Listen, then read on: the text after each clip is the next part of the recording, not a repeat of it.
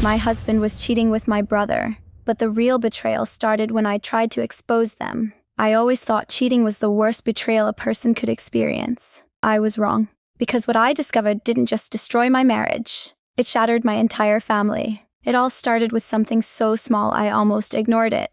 The little lies. My husband Daniel started working late more often. My brother Mark started showing up at our house more than usual. At first, I didn't think anything of it.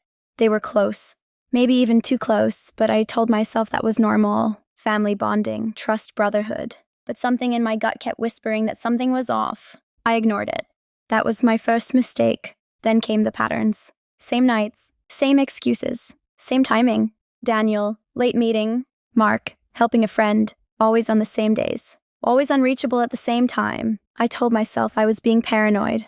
Until one night, I checked Daniel's location, and my entire world shifted. His phone wasn't at the office. It was at my brother's apartment. I stared at the screen for a full minute without breathing.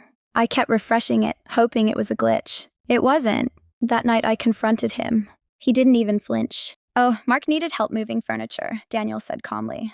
"You're overthinking again. Overthinking. Like I was the problem. Like my instincts meant nothing.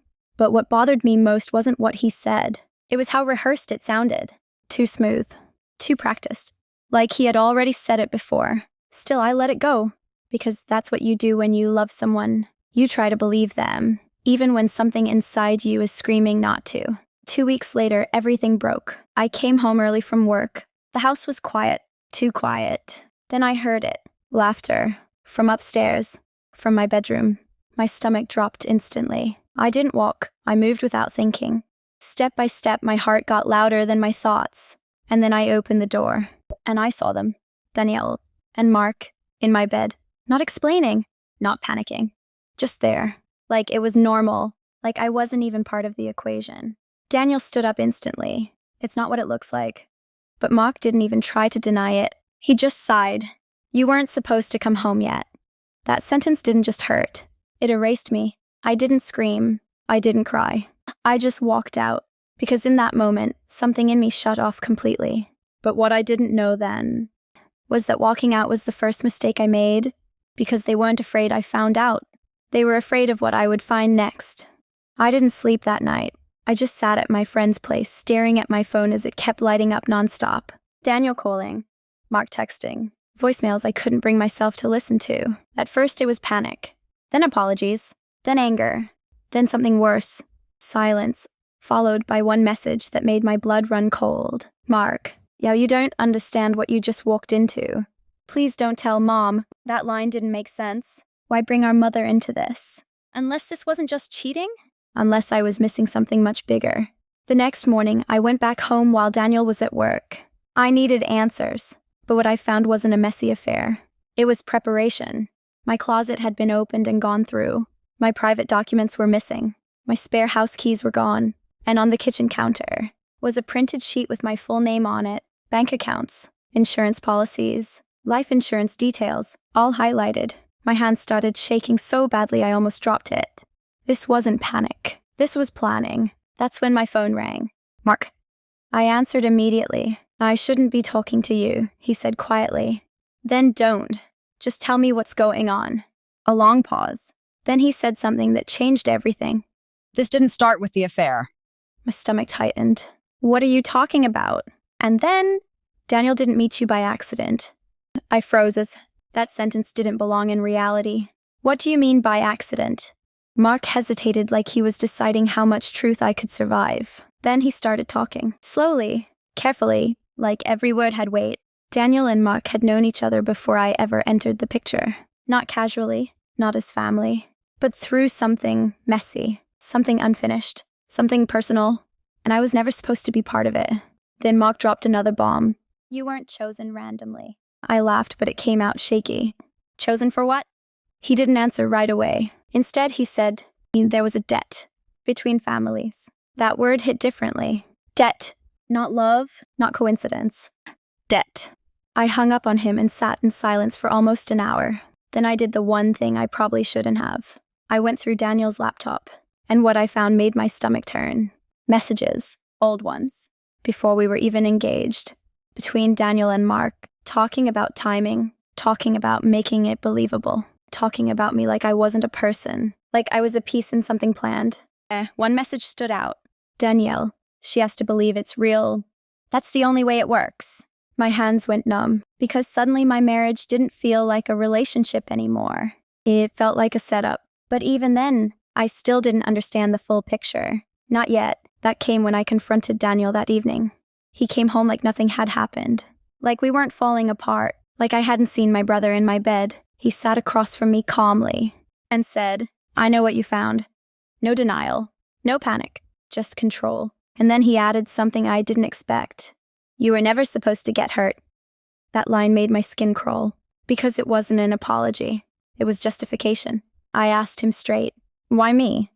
He leaned back and finally exhaled. And what he told me next made everything I believed collapse again. Daniel sat across from me like nothing in my life was currently collapsing. Like I hadn't just discovered my husband in my bed with my own brother. Like my entire world wasn't burning down in slow motion. And then he said it again, calm, controlled. "You were never supposed to get hurt." I actually laughed this time, because that was the most insulting thing I had ever heard. Not supposed to get hurt? After everything? After the lies? After my brother? After my entire life being turned into something I didn't recognize?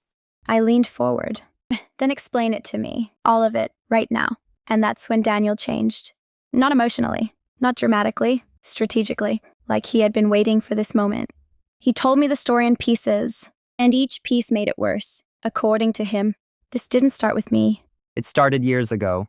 Before I ever met Daniel. Before I even knew my brother was involved in anything beyond our family. There was a business deal, a failed one, a financial collapse that destroyed Daniel's family, and Mark's name kept coming up in it. Not as a victim, but as someone who walked away from it untouched. Daniel looked me dead in the eye. "Your family benefited from what mine lost." My stomach dropped. That was the first time I felt something shift. Not just betrayal, but history. Something I was born into without knowing. Then came the second twist. Daniel didn't deny the cheating. He didn't even justify it fully. Instead, he said something that made my chest tighten. "Mark and I were never supposed to be in the same room again." I frowned. "What does that even mean?" He paused, and then dropped it. "We had unfinished business long before you were involved. My brother, my husband, and something between them I was never told." Then Daniel slid something across the table. A folder. Inside were screenshots. Old conversations. Dates I didn't recognize. And then my name, highlighted, repeated, strategically mentioned in conversations that dated back years before I met Daniel. My hands started shaking again, because suddenly I wasn't just hearing a story, I was seeing evidence that I had been part of something long before I ever agreed to it. Then Daniel said the line that broke whatever was left of my reality. "Mark didn't introduce me to you to protect you." He leaned forward slightly. "And he introduced you to me to watch you." I felt my throat close. "What are you talking about?" Daniel didn't blink. He needed to know what would happen if I got close to you. Silence. Heavy. Thick. Wrong. And that's when everything twisted again. Because I thought Mark was the villain. Then I thought Daniel was... But Daniel shook his head and said, "You still don't understand what your brother is." And then he showed me something I wasn't prepared for. A medical report. Mark's diagnosis. Severe emotional instability. Obsessive tendencies. History of manipulating family relationships. My stomach dropped. Because suddenly, every conversation I had with Mark in the last year replayed in my mind differently. The timing, the encouragement, the insistence that Daniel was off, the way he always seemed to appear exactly when things were falling apart. Then Daniel said, "He didn't just cheat with me." I froze as, "What?" He looked at me for a long moment and said, "He orchestrated it." That was the moment I stopped breathing properly, because suddenly nothing made sense anymore. Was Daniel lying? Was Mark manipulating everything? Was I just trapped between two versions of the same story? Or worse, had I never been in control of anything at all? I left the house that night without saying another word. I couldn't stay. I couldn't think. I couldn't even cry properly. But as I reached my car, my phone lit up one last time. A message from Mark. "You still don't know the worst part." I didn't respond. I just stood there staring at it. And then another message came in. A photo, a positive pregnancy test, with my name written on it in handwriting I didn't recognize. No explanation, no context, just that. And that's where everything ends. Or maybe begins. Because to this day, I still don't know who to believe. Daniel says I was used. Mark says I was chosen. My family says it was all a misunderstanding. But I know one thing for sure. The cheating was never the real betrayal. It was just the easiest lie to survive. And the worst part? I still don't know if my life was ever really mine to begin with.